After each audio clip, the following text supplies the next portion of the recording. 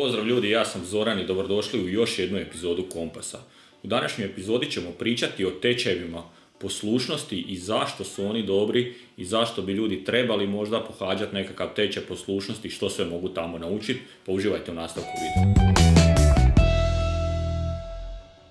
Kao što sam rekao u uvodu, današnja tema su tečajevi poslušnosti. U današnje vrijeme sve više i više ljudi ima pasa, imamo u svim većim, a i manjim gradovima i sve više škola za pse i kinološka društva sama po sebi održavaju nekakve tečajeve. Zašto su ti tečajevi dobri i što sve možete na njima naučiti? Pod broj 1, ako je taj tečaj, tu sad pričamo o nekakvim grupnim tečajevima, ako je on dobro koncipiran, prvo što ćete naučiti nekakve teoretske stvari o nekakvim psećim nagonima, instinktima, refleksima, za šta su oni dobri i kako se oni mogu pravilno iskoristiti kod samog školovanja ili učenja pasa za bilo šta. Druga stvar koja je jako dobra kod grupnih tečajeva, kad pričamo o njima, je ta socijalizacija. Znači vi dolazite sa svojim psom na tečaj gdje ima još pasa,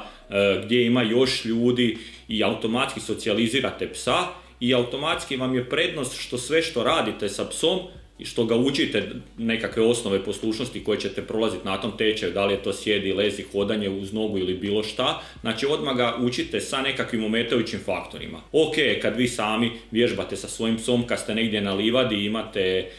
klopu u ruci, pa sve super radi, ali opet je druga stvar kad vi to radite u nekakvoj grupi gdje je još nekakvih 4 do 7 ljudi, 4 do 7 drugih pasa i psu je to izazovnije i automatski mu tu bolje utvrđujete te nekakve stvari. Ono što je još dobro, znači ako je taj tečaj dobro koncipiran, jer ima raznih i škola i nekakvih metoda rada i nisu svi programi isti, ali ako je to dobro koncipirano, ono što je jako bitno je u biti da ćete na tom tečaju, ok, naučit ćete psa kako da sjedne, legne, hoda uz nogu ili koji je već program tečaja, ali ono što bi trebali naučiti, što je isto cilj tih grupnih tečajeva pasa, je da vi naučite kako pravilno raditi sa svojim psom. Tako da sve što naučite na tom tečaju možete primijeniti kod kuće, u stvarnom životu, kod nekakvog učenja bilo čeg drugoga. Da li će to biti neki trik, da li ćete učiti psa nešto vezano što vama treba za vašu životnu situaciju, za izlazak iz kuće. Znači čisto da shvatite taj način na koji pas funkcionira, kako pas povezuje i zato je to isto odlična stvar. Osim grupnih tečajeva postoji individualni rad sa psima, individualni rad je isto dobar, ali znači individualni rad je super ako imate nekakav pojedinačni problem koji treba rješavati sa psom ili recimo kao što sam rekao, znači svi ti sad ovo što pričam se odnosi na nekakve osnove poslušnosti. Ako neko želi nešto ozbiljnije, baviti se možda sportskom radnom, kinologijom, ići možda u agility ili nekakvu drugu disciplinu gdje je potrebna nekakva dodatna edukacija za rad sa psom, definitivno tu treba se posvetiti tim individualnim satima gdje će vam netko ko ima iskustvo u tome pokazati na koji način to raditi. Pogotovo kažem po pitanju sportske radne kinologije gdje ima 1001 mali detalj i ljudi koji su u sportskoj radnoj kinologiji definitivno vam mogu puno tog pokazati, definitivno od njih možete puno tog naučiti. Prije nego što se odlučite za nekakav